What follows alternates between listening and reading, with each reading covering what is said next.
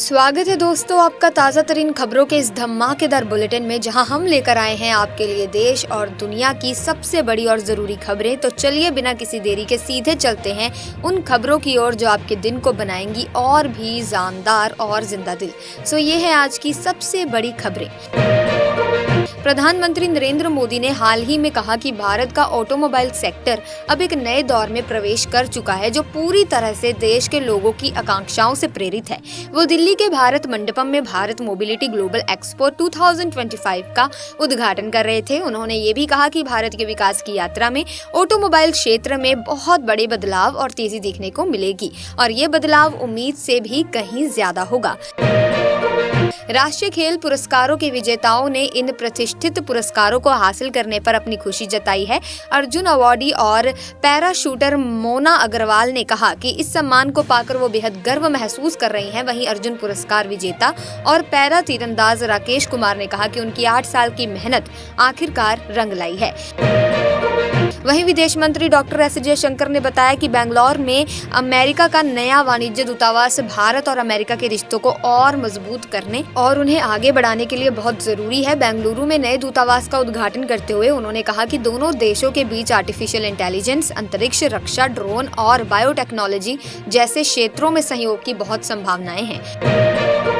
वहीं भारत का इलेक्ट्रॉनिक्स निर्यात दिसंबर 2024 में 35.11% बढ़कर $3.8 बिलियन तक पहुंच गया है, जो पिछले साल के दिसंबर में $2.65 बिलियन था। वाणिज्य मंत्रालय के आंकड़ों के मुताबिक ये बढ़ोतरी दिखाती है कि विदेशी बाजारों में भारतीय सामानों की मांग बढ़ी है और घरेलू उत्पादन क्षमता भी सुधरी है।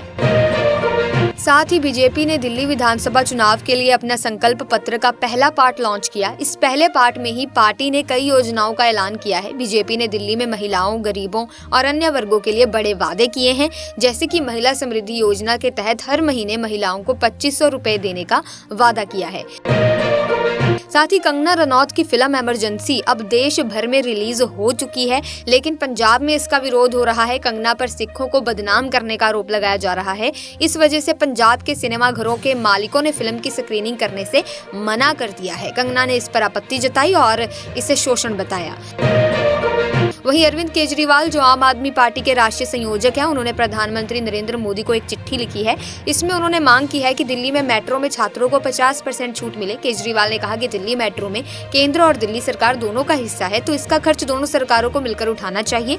चिट्ठी में केजरीवाल ने यह भी कहा कि वे छात्रों के लिए फ्री बस यात्रा की योजना बना रहे हैं। सो खबरों का सिलसिला यूं ही चलता रहेगा, लेकिन आप किस राज्य से हमारी इस वीडियो देख रहे हैं, कमेंट सेक्शन में अपने राज्य का नाम जरूर लिख दें।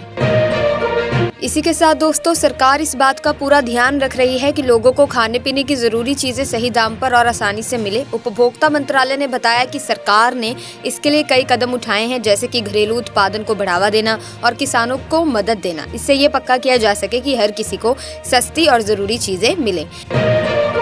वहीं आरबीआई ने बैंकों से कहा है कि सभी पुराने और नए खातों में नामांकन जरूर पूरा करवाएं। दरअसल काफी सारे खातों में अभी तक नामांकन नहीं हुआ। दोस्तों, ये इसीलिए जरूरी है कि अगर खाता धारक का निधन हो जाए तो उसके परिवार को जल्दी और बिना दिक्कत पैसे मिल सके। इसका मकसद परिवार वालों की परेशानी कम करना है। वहीं वक्फ संशोधन बिल पर बनी संसद की जो संयुक्त समिति है, उसकी मीटिंग उस समय रोक दी गई जब उन्होंने पूर्व प्रधानमंत्री मनमोहन सिंह को श्रद्धांजलि दी। पहले दिन की मीटिंग में कर्नाटक, मध्य प्रदेश और राजस्थान के अधिकारियों को वक्फ संपत्तियों की जानकारी देने के लिए 15 दिन का वक्त दिया गया है। वहीं जम्मू में कांग्रेस पार्टी संविधान बचाओ पदयात्रा निकालने वाली है। इसका मकसद यहां अपना खोया हुआ जनाधार वापस पाना है, खासकर ऐसी वोटर्स को वापस अपने पक्ष में करना। पिछली बार के विधानसभा चुनाव में कांग्रेस जम्मू की 4 ऐसी आरक्षित सीटें हार गई थी। ये पदयात्रा सतवारी चौक से अम्बेडकर चौक तक जाएगी। साथ ही दिल्ली, एनसीआर समेत कई राज्यों में इन दिनों ठंड और कोहरे की जबरदस्त मार पड़ रही है। इस खराब मौसम की वजह से रोजाना ट्रेनें और फ्लाइट्स लेट हो रही हैं। जनवरी में बारिश भी हो रही है, जो ठंड और बढ़ा रही है। सुबह से दिल्ली, एनसीआर, यूपी, हरियाणा, पंजाब, राजस्थान, मध्य प्रदेश, हिमाचल और उत्तराखंड में हर जगह कोहरा छाया हुआ है। साथ ही तेलंगाना के मुख्यमंत्री ए रेवंत रेड्डी के उस बयान पर केंद्रीय कोयला और खान मंत्री जी किशन रेड्डी ने नाराजगी जताई है, जिसमें उन्होंने बीजेपी और आरएसएस का संबंध भारत राष्ट्रीय समिति से जोड़ा था।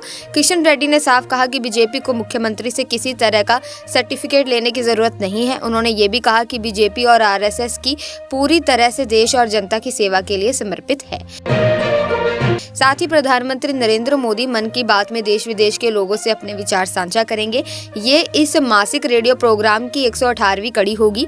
ये कार्यक्रम आकाशवाणी और दूरदर्शन के पूरे नेटवर्क पर सुनने और देखने को मिलेगा। इसके अलावा आप इसे AIR न्यूज की website news on AIR mobile app और AIR news, DD news, PMO और सूचना प्रसारण मंत्रालय के YouTube चैनल्स पर भी आसानी से देख सकते हैं। प्रधानमंत्री नरेंद्र मोदी ने एक बड़ी अच्छी पहल की है दोस्तों। उन्होंने वीडियो कॉन्फ्रेंसिंग के जरिए स्वामित्व योजना के तहत 65 लाख से ज्यादा लोगों को उनकी संपत्ति के कार्ड दिए।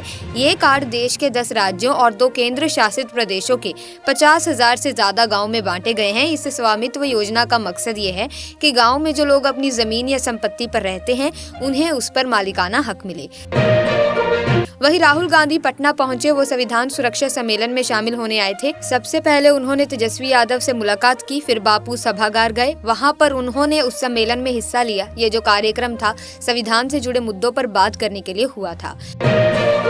हरियाणा में सिंगल यूज प्लास्टिक पर बैन तो लगा हुआ है दोस्तों, लेकिन लोग फिर भी इसे धड़ल्ले से इस्तेमाल कर रहे हैं। अब सरकार ने इस पर सख्ती करने की ठानी है। उन्होंने तय किया है कि सिंगल यूज प्लास्टिक बनाने वालों, बेचने वालों और इस्तेमाल करने वालों पर कड़ी कार्रवाई होगी। यहाँ तक कि नगर निगम परिषद, पालिकाओं और पंचायतों को भी जवाबदेह बनाया जाएगा और जो नियम तोड़ेगा उस पर भारी जुर्माना लगाया जाएगा। सैफ अली खान पर हुए हमले को अब 50 घंटे से भी ज्यादा हो चुके हैं और अभी तक पुलिस ने किसी को गिरफ्तार नहीं किया है। आरोपी भी पुलिस के हाथ से बाहर है, लेकिन इस मामले की जांच में अब कुछ नए खुलासे हो रहे हैं। हाल ही में तलाशी के दौरान एक नया CCTV फुटेज सामने आया है, जिससे मामले की जांच में और मदद मिल रही है। Coal mines provident fund organisation ने इस फाइनेंशियल ईयर में भी अपनी इंटरेस्ट रेट 7.6% बनाए रखने का फैसला लिया है। ये फैसला हैदराबाद के सिंगरेनी भवन में कोयला खान प्रोविडेंट फंड इंस्टीट्यूट के बोर्ड ऑफ ट्रस्टी की बैठक में लिया गया। इस फैसले में CMPFO के करीब 3.5 लाख कोयला कामगारों को फायदा होगा। वहीं अरविंद केजरीवाल, जो दिल्ली के पूर्व CM और आम आदमी पार्टी के राष्ट्रीय संयोजक हैं, उन्होंने दिल्ली विधानसभा चुनाव के लिए एक नई घोषणा की। उन्होंने कहा कि अगर उनकी सरकार फिर से बनती है तो दिल्ली में किराएदारों को भी फ्री बिजली और पानी मिलेगा। उनका कहना था कि दिल्ली विधानसभा चुनाव के बाद वे ऐसी योजना लाएंगे जिससे किराएदारों को भी ये सुविधाएं मिल सके। साथ ही अमेरिका के नए राष्ट्रपति के तौर पर डोनाल्ड ट्रंप 20 जनवरी को शपथ लेने वाले हैं। इस शपथ ग्रहण में ट्रंप 2 बाइबलों का इस्तेमाल करेंगे। साथ ही मौसम विभाग ने ठंड को लेकर जो अलर्ट जारी किया है, उसके कारण ट्रंप के शपथ ग्रहण समारोह के स्थान में भी बदलाव किया गया है। खबरों का सिलसिला यूं ही इस वीडियो में चलता रहेगा, लेकिन आप किस राज्य से हमारी इस वीडियो को देख रहे हैं, कमेंट सेक्शन में अपने राज्य का नाम जरूर लिख दें।